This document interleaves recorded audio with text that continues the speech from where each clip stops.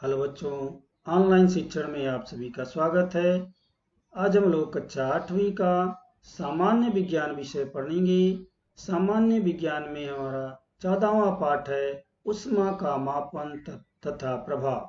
ऊष्मा के बारे में पढ़ेंगे। ऊष्मा क्या है, ऊष्मा का मापन कैसे कर सकते हैं और ऊष्मा का प्रभाव क्या है। तो ऊष्मा के बारे में हम जानते हैं। ऊष्मा सामान्य रूप से हम देखते हैं, ऊष्मा का उपयोग करते हैं। ऊष्मा हमें ऊष्मा कौन कौन से स्रोतों से प्राप्त होती है, सामान्य रूप से हमें जानकारी है। सबसे बड़ा जो ऊष्मा का स्रोत है सूर्य है, को ध्यान में आता होगा। ऊष्मा का स्थानांतरण किस प्रकार होता है। ऊष्मा का स्थानांतरण यानी जो है स्थानांतरित भी ऊर्जा ऊष्मा होती है, कैसे होती है। एक जगह से दूसरी जगह किसी माध्यम के द्वारा ही ऊष्मा का स्थानांतरण होता है। ऊष्मा के कौन कौन से प्रभाव हैं, क्या प्रभाव पड़ता है ऊष्मा पड़ने पर। आपको ऊष्मा मिलेगी तो गर्मी महसूस होगी। आपको किसी चीज़ को ऊष्मा देते हैं, खाना पकाते हैं, पानी गर्म करते हैं, ये ऊष्मा का प्रभाव सामान्य रूप से हम पढ़ चुके हैं। यहाँ देखते हैं आकृति में, हम यहाँ पर आकृति जो दिखाई गई है 14.1, ये ऊष्मा के विविध परिणाम हैं। इसमें विविध यानी अलग अलग परिणाम दिखाए गए हैं। यहाँ पे कौन कौन से परिणाम हैं यहाँ पर हम देख रहे हैं। यहाँ पे ऊष्मा के द्वारा पानी गर्म किया जा रहा है, खाना पकाया यानी ऊष्मा दिया जा रहा है। यहाँ पे परिवर्तन हो रहा है। यहाँ पे ऊष्मा जो है तीली जलाई जा रही है, ऊष्मा आपको दिखाई पड़ रही है, जल रहा है लकड़ी, तीली। यहाँ पे बर्फ पिघल रहा है यानी ऊष्मा के प्रभाव के कारण जो बर्फ था वो पिघल रहा है। जब देखेंगे तो यहाँ पे प्रकाश उत्पन्न हो रहा है ऊष्मा के द्वारा। तो इस तरह से ऊष्मा के अनेक जो है प्रभाव हम जानते हैं सामान्य रूप से। इसको हम और अधिक विस्तृत रूप से इस कक्षा में पढ़ेंगे। हमने पिछली कक्षा में देखा है कि ऊष्मा यह ऊर्जा का ही एक स्वरूप है, ऊर्जा का ही एक रूप है। जो ऊष्मा हम जिसे कहते हैं, यह ऊर्जा का ही एक रूप है जो अधिक तापमान वाले वस्तु से कम तापमान वाले वस्तु की ओर प्रवाहित होती है। जो जिस वस्तु का तापमान अधिक होता है उसका जो है ऊष्मा कम तापमान वाले वस्तु की ओर प्रवाहित होती है। तो किसी एक वस्तु का तापमान वह वस्तु कितनी गर्म या कितनी ठंडी है यह हमें दर्शाता है। कोई वस्तु कितनी गर्म है कितनी ठंडी है यह हमें जो है उसका तापमान दर्शाता है। तो ठंडे वस्तु का तापमान गर्म वस्तु के तापमान की से कम होगा। इसकी अपेक्षा अगर कोई वस्तु गर्म है तो उसका तापमान ठंडी वस्तु की अपेक्षा अधिक होगा। अर्थात आइसक्रीम का तापमान और चाय के तापमान से कम होगा। चाय हाथ में लेंगे गर्म महसूस होगा, आइसक्रीम हाथ में लेंगे ठंडा महसूस होगा, यानी दोनों के तापमान में अंतर है। तो आपको तुरंत जवाब होगा कि चाय का तापमान अधिक है, आइसक्रीम का तापमान कम है। तो इस तरह से हमने देखा है कि ऊष्मा देने पर पदार्थ का प्रसरण भी होता है, प्रसरण यानी फैलता है। और पदार्थ ठंडा होने पर उसका आकुंचन यानी वो जो है संकुचित होता है। तो इस तरह से ये ऊष्मा का प्रभाव ही है कि ऊष्मा देने पर पदार्थ जो है फैलता है, प्रसरण होता है, पदार्थ में प्रसरण होता है। और ऊष्मा कम होने पर, ठंडा होने पर उसका आकुंचन होता है। उसी प्रकार से ऊष्मा के कारण द्रव्य में अवस्था का भी परिवर्तन होता है। जैसे हम पानी देखते हैं, पानी जो है ठंडा रहता है, द्रव रूप में रहता है। जैसे ऊष्मा देते हैं तो गर्म होकर के वो वाष्प बन सकता है, गैस में परिवर्तित हो सकता है। और ऊष्मा कम करने पर वो जो है बर्फ बन जाता है। इस तरह से पदार्थों में परिवर्तन यानी जो उनकी अवस्था परिवर्तन है वह ऊष्मा के कारण होती है। ऊष्मा की एसआई प्रणाली में इकाई जो है वैज्ञानिकों ने जो ऊष्मा को मापने की इकाई बनाई है उसके अनुसार एसआई प्रणाली और सीजीएस प्रणाली विकसित की गई है। तो ऊष्मा की एसआई प्रणाली जो है उसमें इकाई जूल है, ऊष्मा को जूल में मापा जाता है। और सीजीएस प्रणाली में ऊष्मा की इकाई कैलोरी है, यानी कैलोरी में मापा जाता है सीजीएस प्रणाली में। और दोनों में जो है अंतर है, यानी 1 कैलोरी ऊष्मा बराबर 4.18 जूल होता है। ये जो है सिद्ध करके दिया गया है कि जो हम ऊष्मा दोनों विधियों में मापते हैं तो दोनों विधियों का कंपैरिजन करने पर ये होता है, यानी 1 कैलोरी ऊष्मा जो होती है वो जो है 4.18 जूल के बराबर होती है। अगर हम जूल में मापेंगे तो ये जो है कैलोरी के अनुसार जो है ज़्यादा इकाई में आएगी। 1 ग्राम पानी का तापमान 1 डिग्री सेल्सियस तक बढ़ाने के लिए आवश्यक ऊर्जा 1 कैलोरी होती है। अगर पानी 1 ग्राम है उसका तापमान भी 1 डिग्री सेल्सियस तक हमें बढ़ाना है तो उसके लिए हमें 1 जो है डिग्री से 1 कैलोरी ऊर्जा की आवश्यकता होती है। इसको हम कुछ उदाहरण के माध्यम से देखते हैं। 1.5 किलोग्राम केजी यानी किलोग्राम पानी का तापमान 15 डिग्री सेल्सियस से 45 डिग्री सेल्सियस तक बढ़ाने के लिए कितनी ऊर्जा यानी ऊष्मा लगेगी? उत्तर हमें कैलोरी और जूल दोनों में बताना है। कैलोरी में कितना होगा, जूल में कितना होगा, तो देखते हैं। दिया गया है, क्या क्या दिया गया है। पानी का द्रव्यमान 1.5 केजी यानी किलोग्राम, इसको ग्राम में बदल लेंगे क्योंकि हम जब सेल्सियस में हम पानी का यहाँ पे सीजीएस प्रणाली में जब मापते हैं ऊष्मा तो यहाँ पे हमें ग्राम में बताना पड़ता है। 1.5 केजी बराबर 1500 ग्राम होता है, इसको ग्राम में चेंज कर लिया। तापमान में अंतर कितना है, 45 डिग्री सेल्सियस में से 15 डिग्री सेल्सियस घटाएंगे। 15 डिग्री सेल्सियस से में 45 डिग्री सेल्सियस करना है, अंतर जो है 30 का हो गया, यानी 45 में से 15 को घटा देंगे तो 30 डिग्री सेल्सियस हो जाएगा। तापमान वृद्धि के लिए आवश्यक ऊर्जा कैलोरी कितना है, पानी का द्रव्यमान ग्राम गुणे तापमान में हुई वृद्धि। तो अगर पानी का द्रव्यमान जो है ग्राम गुणे तापमान में कितनी वृद्धि हुई, ये सेल्सियस में निकालेंगे तो हमें मालूम पड़ेगा कि 1500 ग्राम जो हमें दिया गया है, यहाँ पे हमने निकाला 1500 ग्राम गुणे 30 डिग्री सेल्सियस तक तापमान बढ़ाना है। दोनों का गुणा करेंगे तो हमें यहाँ पर 45,000 आएगा। ये 45 होता है, ये 3 जीरो यहाँ लगा देते हैं। इस तरह से सीधे सीधे भी गुणा कर सकते हैं या ऊपर नीचे लिख के भी गुणा कर सकते हैं। आप गुणा करके देख लीजिए। यहाँ पे अब जो है ये 45,000 कैलोरी में आया है। अगर हमको इसे जूल में बताना है, जूल में परिवर्तित करना है तो एक कैलोरी बराबर 4.18 जो है जूल होता है। यहाँ पे आपको दिया गया है, इसके माध्यम से इसको परिवर्तित कर सकते हैं। तो 45,000 गुणे 4.18 जो दिया गया है इससे गुणा कर देंगे तो हमारा उत्तर आएगा 1,88,100 जूल। ये जूल में परिवर्तित हो जाएगा। इस तरह से हमारा उत्तर कैलोरी में 45,000 हो गया और जूल में 1,88,100 जूल हो जाएगा। इस दोनों जो है विधियों में इस तरह से हमें कितनी ऊष्मा की आवश्यकता होगी ये बताया गया है, कितनी ऊष्मा लगेगी। अगला प्रश्न है, 300 कैलोरी ऊष्मा देने पर पानी का तापमान 10 डिग्री सेल्सियस बढ़ता है तो पानी का द्रव्यमान कितना होगा। यहाँ पे हमें पानी का द्रव्यमान बताना है। तो यहाँ पे सूत्र में 3 चीजें दी गई हैं, तीनों में से 2 हमें ज्ञात हो तो तीसरा ज्ञात कर सकते हैं। तो यहाँ पे हमें 2 चीजें ज्ञात है। ऊष्मा कैलोरी में 300 कैलोरी दिया गया है, तापमान में अंतर 10 डिग्री सेल्सियस और पानी का द्रव्यमान यम हमें बताना है। तो देखेंगे ऊष्मा यानी कैलोरी बराबर पानी का द्रव्यमान ग्राम गुणे तापमान में वृद्धि।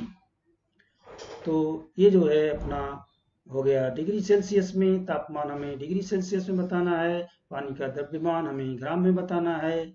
तो ऊष्मा हमें पहले से दी गई है, 300 दिया गया है, 300 कैलोरी गुणे यम, पानी का द्रव्यमान हमने यम माना है, यम मानते हैं, द्रव्यमान यम से दिखाते हैं। यम गुणे 10 डिग्री सेल्सियस तक तापमान में बढ़ाना है तो यम गुणे 10 ये हमारा समीकरण बन गया। इस समीकरण को हम हल करेंगे तो हमारा जो है उत्तर कैसे आएगा, यम बराबर हो जाएगा, यम बराबर ये जो है हम परिवर्तित कर देंगे, इसको इधर कर देंगे, इसको इधर कर देंगे तो ये हमारा आ जाएगा 300 बटे 10 हो जाएगा और इसको सरल करेंगे तो आएगा 30। इस तरह से हमारा 30 ग्राम आ जाएगा उत्तर, यानी हमें जो है ये मालूम पड़ गया कि पानी का द्रव्यमान 30 ग्राम है।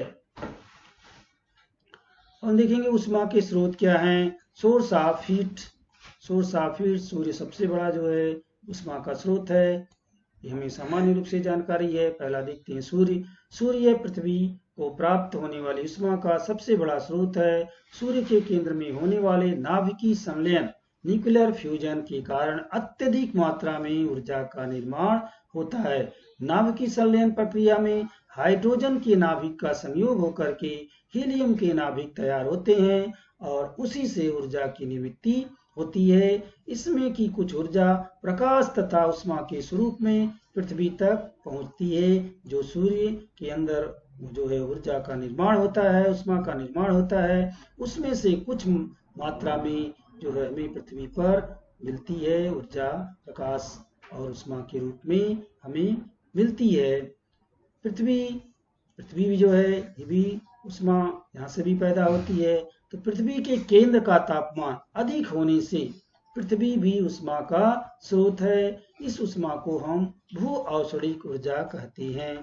रासायनिक ऊर्जा क्या है? लकड़ी, कोयला, पेट्रोल आदि ईंधन के ज्वलन में ईंधन की ऑक्सीजन के साथ रासायनिक अभिक्रिया होकर के उष्मा का निर्माण होता है। यहाँ भी उष्मा का निर्माण होता है। विद्युत ऊर्जा क्या है? विद्युत ऊर्जा के द्वारा भी उष्मा का निर्माण होता है।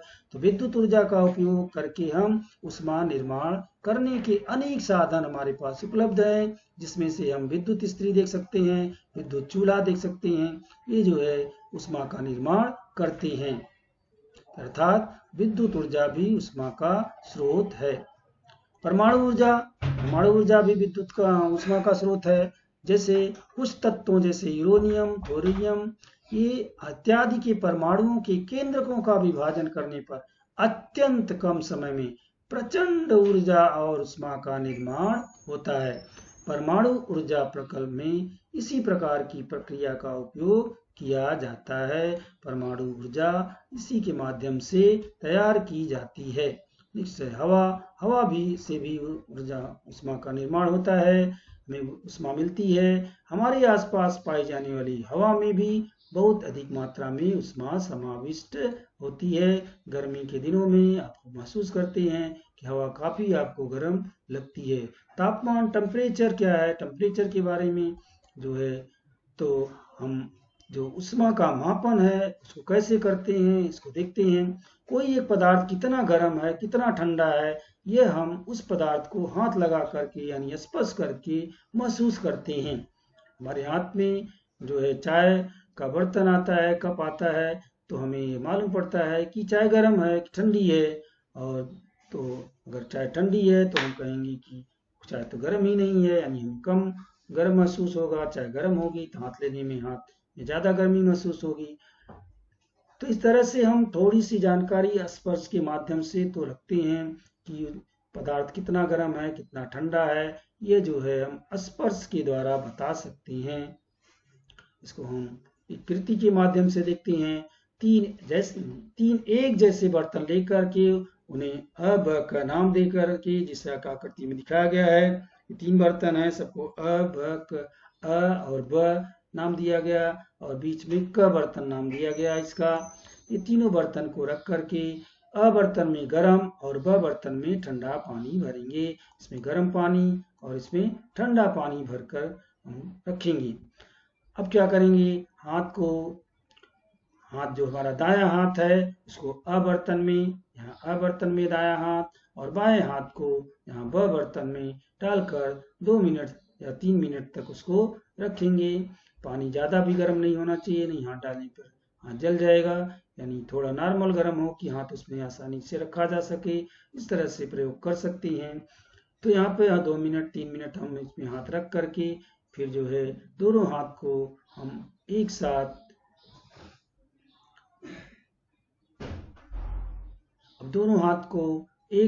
क बर्तन में हम डुबाएंगे। यानी क बर्तन में क्या करेंगे?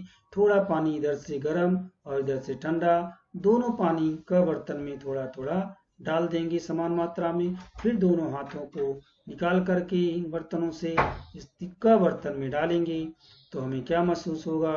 हमें जो हमारा हाथ गर्म बर्तन में था वो जो है हाथ में हमें गर्मी महसूस होगा, वो पानी हमें गर्म लगेगा।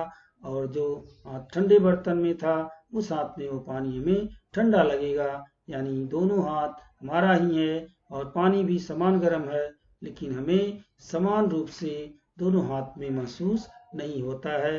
यानी हम स्पर्श द्वारा उष्मा यानी तापमान का सही अनुमान नहीं लगा सकते हैं। तो इस तरह से प्रयुक्ति से हमारा ध्यान आपका ध्यान आया होगा कि केवल स्पर्श से किसी पदार्थ का या किसी वस्तु का तापमान हम सटीक यानी सही नहीं लगा सकते हैं। उसी प्रकार अधिक गर्म अथवा अधिक ठंडी वस्तु को हम हाथ लगाने पर जख्म होने की भी संभावना रहती है।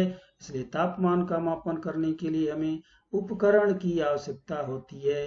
तापमापी यानी जो है थर्मामीटर, यह तापमान का मापन करने का साधन है यानी उपकरण है। ये जो है पढ़ चुके हैं, इसके बारे में थोड़ा अच्छे से यहाँ पे और जानकारी प्राप्त कर देंगे। स्थितिज ऊर्जा, गतिज ऊर्जा के बारे में जानते हैं। स्थितिज ऊर्जा हर पदार्थ में यानी जो उसकी स्थिति के द्वारा तैयार होती है। दूसरी ऊर्जा जो उसकी गति के कारण होती है, इसके बारे में हमने पढ़ा है। अभी थोड़ा हम देखते हैं उष्मा और तापमान, हीट एंड टेम्परेचर। उष्मा और तापमान, इसमें क्या अंतर है, उष्मा क्या है, तापमान क्या है, दोनों में क्या अंतर है समझते हैं। हमारे जो पदार्थ हैं, सभी पदार्थ परमाणुओं से बने हैं, इसको हम पढ़ चुके हैं। सभी पदार्थ जो है परमाणुओं से बने हैं, हमें मालूम है। पदार्थ में परमाणु सतत गतिशील रहते हैं। जो पदार्थ के अंदर परमाणु हैं वो हमेशा गतिशील रहते हैं। उनमें पाई जाने वाली गतिज ऊर्जा की कुल मात्रा यह उस पदार्थ में पाई जाने वाली उष्मा का द्योतक है यानी पहचान है। तो तापमान यह परमाणुओं के औसत गतिज ऊर्जा पर निर्भर करता है। दो पदार्थों में परमाणुओं की औसत गतिज ऊर्जा समान होने पर भी उनका तापमान भी समान होता है। इन पदार्थों में परमाणुओं की औसत गतिज ऊर्जा समान होने पर उनका तापमान भी समान होता है। तो देखते हैं कृति के द्वारा। आकृति 14.3 यहाँ पर आकृति दिख रही है। यहाँ पर देखते हैं, यहाँ पर अ और ब में अधिक तापमान और उसकी अपेक्षा जो है अ और ब ये दिखाए गए हैं चित्र में। यहाँ पर अ और ब में अधिक तापमान और उसकी अपेक्षा कम तापमान वाले गैसों के परमाणुओं की गति क्रमशः दिखाई गई है। ये अधिक गर्म है और ये जो है ठंडा है। दोनों के परमाणुओं की गति दिखाई गई है। तो यहाँ देखेंगे कि हम परमाणुओं को जोड़ करके दिखाए गए तीरों की दिशा और लंबाई क्रमशः परमाणुओं के वेग की दिशा और परिणाम दर्शाते हैं। ये जो तीर हैं ये परमाणुओं की जो है दिशा और परिणाम, वेग और दिशा का परिणाम हमें दर्शा रहे हैं। तो गर्म हवा में परमाणुओं का वेग ठंडी हवा में परमाणुओं की वेग की अपेक्षा अधिक होता है, यानी इनका वेग अधिक है और इनका वेग कम है। तो आकृति क में जो हम यहाँ पे नीचे आकृति क दिखाई गई है, ये ठोस पदार्थ हैं, इसके परमाणु हैं। यहाँ पर हम देखेंगे आकृति क में ठोस पदार्थ के परमाणुओं का वेग तीरों द्वारा दर्शाया गया है।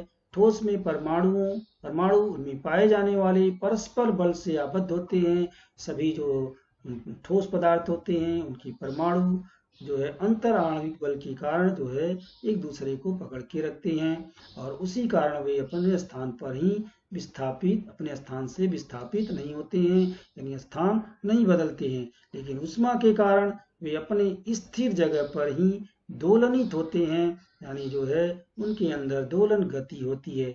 जितना ठोस पदार्थ का तापमान अधिक होगा उतना ही उसका दोलन वेग अधिक होगा, यानी जितना तापमान उन्हें अधिक मिलेगा उनका दोलन वेग भी उतना अधिक होगा। मान लीजिए और ब एक ही पदार्थ द्वारा बनी हुई दो वस्तुएं हैं, तो अ का द्रव्यमान ब के द्रव्यमान से दुगुना है, अर्थात अ में परमाणुओं की संख्या यह ब में परमाणुओं की संख्या से दुगुनी है। यदि अ और ब का तापमान समान हो, अर्थात उसमें पाए जाने वाले परमाणुओं की औसत गतिज ऊर्जा समान हो, तो भी अ में के जो परमाणुओं की कुल गतिज ऊर्जा यह ब में के जो परमाणुओं की कुल गतिज ऊर्जा की अपेक्षा 2 गुनी होगी। अर्थात अ और ब का तापमान समान होने पर भी अ की जो है उष्मा, यह ब की उष्मा की अपेक्षा दुगनी होगी। इसको करके देखते हैं।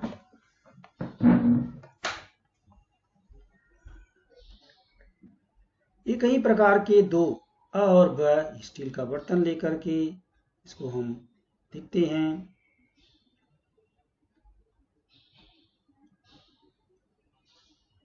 अ में थोड़ा पानी और ब में उसका दुगना पानी लेकर के दोनों बर्तनों का पानी यानी का तापमान समान है, यह निश्चित कर लें।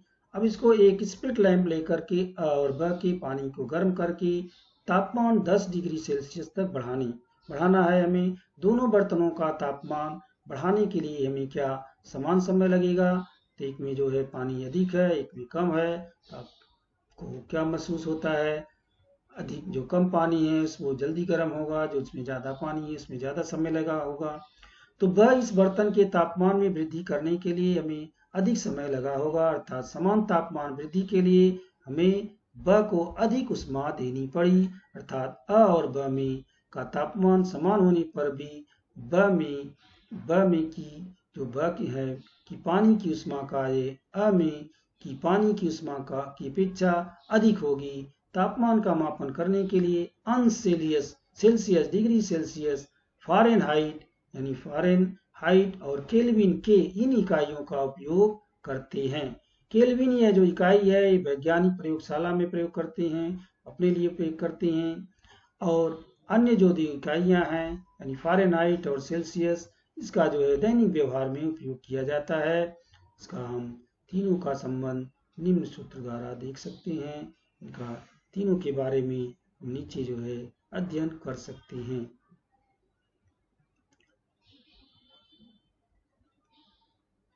फ़ारेनहाइट जो है यानी F-32/9 is equal to C/5, ये पहला सूत्र है। इसको जो है फ़ारेनहाइट निकालने के लिए दूसरा के बराबर होता है C प्लस 273.15, ये दूसरा जो है इसका सूत्र है। संलग्न तालिका में कुछ विशिष्ट तापमान सेल्सियस, फ़ारेनहाइट और केल्विन इन तीनों इकाइयों में दर्शाए गए हैं। फ़ारेनहाइट, सेल्सियस और केल्विन यहाँ पे तीनों इकाइयों में दर्शाया गया है। इसके द्वारा जो है अध्ययन किया जा सकता है, तो इसका हम उपयोग करके इनका अध्ययन कर सकते हैं।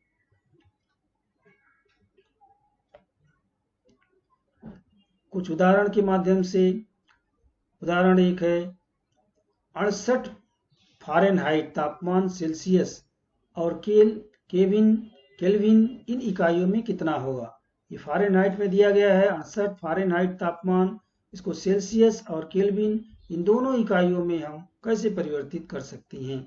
तो दिया गया है फ़ारेनहाइट में तापमान 68, सेल्सियस में तापमान C में, केल्विन में तापमान K यानी C और K मालूम करना है। सूत्र 1 के अनुसार जो है देखेंगे तो F-32 F-32/9 बराबर C/5 होता है।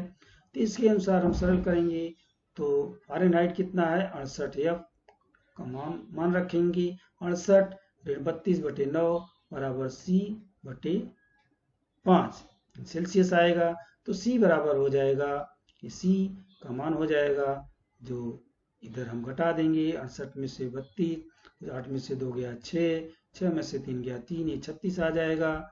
ये 36 और जो है बटे 9, यहाँ पे 36/9 आता है। और इस तरह से ये जो 5 है इसको हम यहाँ पे लिख लेंगे C बराबर 5 गुणे ये जो है 36/9। इसको सरल करेंगे तो हमें आएगा 32, यानी 9 से इसको काट सकते हैं, 9 1 कम 9, 9 4 36, 4 का गुणा 5 में करेंगे, 4 5 20 डिग्री सेल्सियस आ जाएगा। और जो है इसी को सूत्र 2 से यानी K बराबर C प्लस 2 से 273.15 के अनुसार अगर हल करेंगे तो K बराबर 20 धन जो है C का मान जो आया हुआ है यहाँ रख देंगे तो 20 आया हुआ है धन 273.15 बराबर, इसको हम जोड़ लेंगे तो 293.15 केल्विन में जो है चेंज हो जाएगा सेल्सियस में, फ़ारेनहाइट का सेल्सियस में जो है 20 डिग्री सेल्सियस आया। अगर केल्विन में बताना होगा तो ये 293.15 केल्विन आता है। तो सेल्सियस में तापमान 20 डिग्री सेल्सियस और केल्विन में तापमान 293.15 होगा। इस तरह से इसको हम सरल कर सकते हैं। तो आज का जो है सेशन यहीं पे समाप्त करते हैं। आगे का हम दूसरे सेशन में देखेंगे। धन्यवाद।